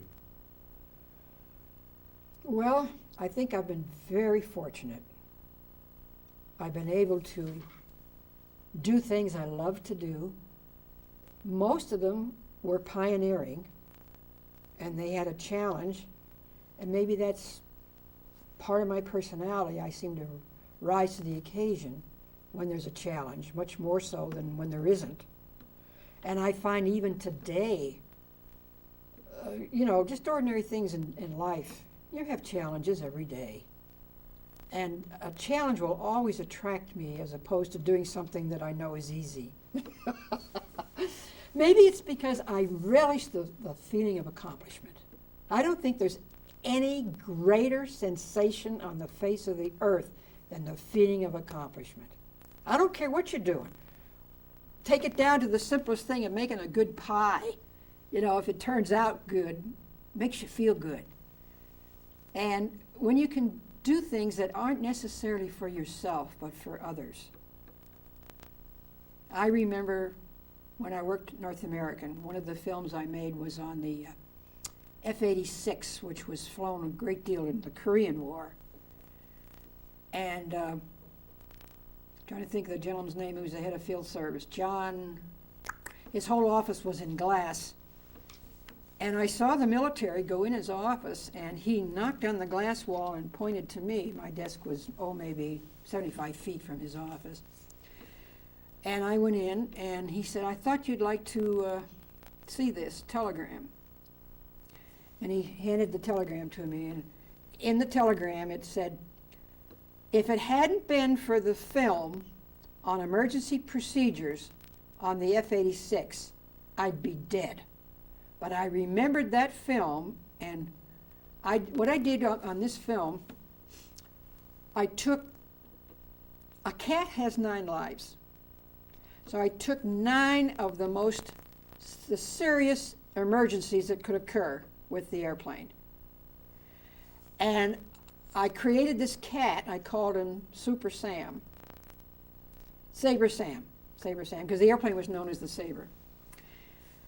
And he could afford to make 8 mistakes and still get by. But when the 9th one was coming up, he had to pay attention because that's his last life. So I picked 9 of the most common occurrences that could, where the airplane could get in trouble. And after you reviewed what the correct procedure to follow if that emergency occurred. But now, smarty pants here now, when it gets to the point where he's got 9, he's used 8 and he's got 1 line, 9 left. He's burning the midnight oil. He's really studying the books now because he knows he can't make it. And he walks through the cemetery. And on the tombstone of all of his 8 mistakes, his 8 lives, is engraved on the tombstone what that particular emergency was. To again reinforce it in the viewers, not mine, primarily the pilot who was learning how to do this. That film was so popular, and I got the approval to use the music from this the Russian saber song, and it was perfect. And he said in the telegram that he couldn't remember the procedure in the book, but he remembered the film. And because of that film, I saved that guy's life. I want to tell you, that made me feel pretty proud. Very proud to think that I was able to do that. Because there's no greater, that's it. That's the greatest thing you can do, is tell your story and tell it in such a way that it's going to be remembered. Because films will do a better job by far than the book. Yes, I think so too. Visuals, have that impact. And then you add special effects and music and everything else. And this is the responsibility today for the motion picture industry, is to pull this nation around and get off of all this negative crap and get on some real solid, good stories, positive stories, clean stories. You don't need... And let's tell a story without 80% of the picture special effects blowing things up. Right? The films that are classic don't Right. have that. Don't have that. Not classics. In fact, many of them don't have any Right. balance, just script. Right. Some of the Good best- stories. best A ones. good story. So when I was thinking about that, and I thought that, so you would really think that would be a real highlight of your career? It was. It was. Yeah, we interviewed Robert Barreto, and I interviewed a general brigadier who was a intelligence guy and done all kinds of things in his career. Had all kinds of airborne units and combat units, and I asked him that same question. And he said, freeing 2,100 people from a prison camp, civilians, not losing any lives, that was my... I would opinion. think so. I would think so. And so I thought that parallel with what she said. Yeah. And I was really moved. It is, it's not, did we have a chance to describe her? Yeah, we described this stuff. Okay. Yeah, I told about And Fifi. and Fifi. Mhm. Yeah, because I think that's very important. Now you said you're about 600 now that Mhm. are left. Mhm. Wasp. Mhm. And what's going to be your next convention? Next year in October. It's going to be in Tucson. In Tucson. Mhm. So, we, might be, we'll have some money. One of the things, your career has been covered so many grounds and so exciting. And we're trying to bring these capsulated forms to young people, to bring some of the stories and some of those things to the classroom, and using that cutting edge of the internet to get the kids. But it's going to go worldwide. So we're massively shooting oral histories right now, and we're not going to edit them yet. We're just trying as many as we can. And then to hopefully do that, so we'll get a whole pile of them on by the first year. And so I would like to. You know what would be great if I don't want to be on camera, but and I've never had footage on the Japanese hero. I mean, I'd heard all these stories about. do you know who the else? videos. You know I who got else? hold of some. The news back in, like the Movie Town News. Yes, right. All of those back in World War II in that time frame. But we have to get releases from all of them for that. But I don't think we'd have a problem if I can get the specificity of what I want. We have the UCLA film archives that are available to us. There you We can go. get a hold of those. We're just, we have such a small budget. It's so, it's appalling that in this state and this time, that we can't get the kind of money we need to do the things we need. So everything has to be done almost. You have to twist everybody's arm, and it's just ridiculous to have to do that. But that's what we have to do. But Have you got who up in the Assembly, in the Senate, at the state level, is your most important politician as far right as? now, one reason I was delayed is I had a meeting with Senator Calderon, who is former majority leader in the Senate, and he was very, very helpful in helping us get this.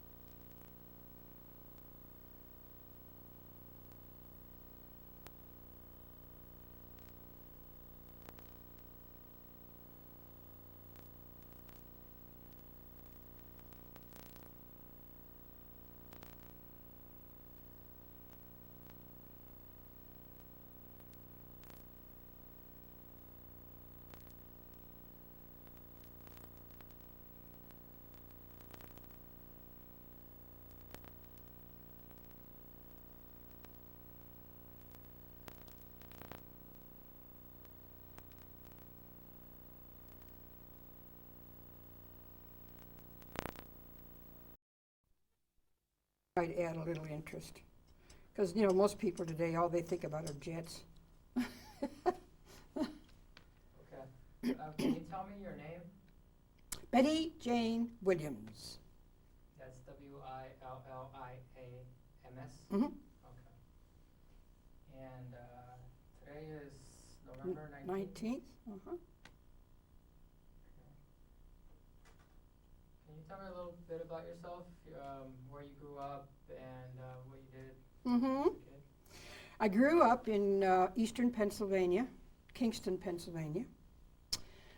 Wanted to learn to fly when I was in my late teens, and that was in the early 40s. So I competed. You want me to go on with this? Yeah, Yeah, go go ahead. It's I- just that I have to keep yeah. track of. The Hitler was doing his thing over in Europe, and all of the pilots, male pilots, were in Europe, and there was a drastic need for pilots in this country to pick up the aircraft from the factories and deliver them to the using squadrons. So two women who had a little foresight, one was named Nancy Love, civilian, and Jackie Cochran. And Jackie proposed that women who were already licensed pilots be used to fill that need here in the United States. And she presented the program to Franklin D. Roosevelt, who was the president at that time. And of course, he was very reluctant to think that this could be, but Eleanor Roosevelt, who was his wife, she was very supportive. And when the airplanes started to pile up and they could not get them to the using squadrons because they had to get them overseas, then they thought, well, maybe we'll do this. We'll let women do this. Now, in order to become a women Air Force service pilot, you had to be a citizen of the United States. You have to know how to fly. And then if you passed that qualification, you had to be interviewed by either Jackie Cochran herself or one of her staff members. Then you would go into training to learn how to fly the military way, because most of the aircraft that we flew as civilians were not nearly as higher horsepowered as the military. And our training was in Avenger Field, Sweetwater, Texas, which is about halfway between Big Springs and Abilene. And we trained on Stearmans, which was like this, little PT-17. They weren't this painted these bright red colors. And then we went into BT-13s and AT-6s, 7 months, about 210 hours. And when we completed, then we got our wings, and then we were all assigned to different bases. We first started out just ferrying the aircraft from the factories to the using squadrons and to the points of debarkation so they could be taken overseas. And as the program developed, women started to be used in other missions. And the total analysis was there were 25,000 women that tried to get into this program. There were 1,860 who qualified, and there were 1,074 that graduated. We were assigned to 125 different bases in the United States. And in addition to ferrying, and we flew tow target. That's where a sleeve would be trailed behind an aircraft, and raw recruits on the ground using real live ammunition would try to practice at a moving target. That was kind of dangerous because they didn't always hit the target. They many times hit the airplane. And they also did that for aerial training. We flew airplanes so that navigators and bombardiers could sharpen their skills. We did reconnaissance flying. We flew 77 different types of aircraft, everything from the trainers up through all the pursuits and the bombers, including the B-29. I personally was assigned as a test pilot at Randolph Field, San Antonio, Texas. Now, to explain what we did is a male cadet might be flying an airplane and have an accident in which the aircraft would have to be taken into a repair depot. Before it could be put back on the line for routine flying, it had to be test flown to be proven airworthy. A lot of us did that sort of thing. The hottest plane I flew was a P-40, which I thoroughly enjoyed. And it was a marvelous program. The fault of it is that we were not directly in the military. We were under civil service because well, frankly, the pilots were all male and it was their domain and they didn't particularly want women entering it. But after we started flying in all these different missions, proved to be very effective, the War Department wanted us to be in the military. But some of the fellows who were not drafted, but they were teaching flying under contracts with various general aviation contractors to the government, they were afraid that if we became in the military, since they were not in the military, and if they were drafted, they were afraid that because they were not as young, perhaps as we were anywhere from 18 to 35, that they might be put in the walking army, and they rebelled against that whole idea. And they actually hired professional lobbyists to lobby against us. So the bill lost in Congress by 17 votes. But we continued to function until December the 20th, 1944, when we were deactivated. And then we went separate ways. And it wasn't until 1977 when the Air Force started to invite women to come in, when the first 10 were selected to be trained as military pilots. And the press started to say this was the first time women had flown military aircraft, and we all said, hey, wait a minute, what about us? So we finally got Congress to recognize us. It took 35 years. We got no benefits except being recognized, and that's all we really wanted, to be recognized as veterans. So, back when, before the war, Mm-hmm. Where did you go to high school, and what did, I was reared in Kingston, Pennsylvania, went to high school there. I was an honorary student. I was the editor of the paper. I was the head cheerleader, and we were state football champions that year. I was very active, drama club, honor society, language clubs. And I learned to fly by, it was the Depression, and my family didn't have a lot of money.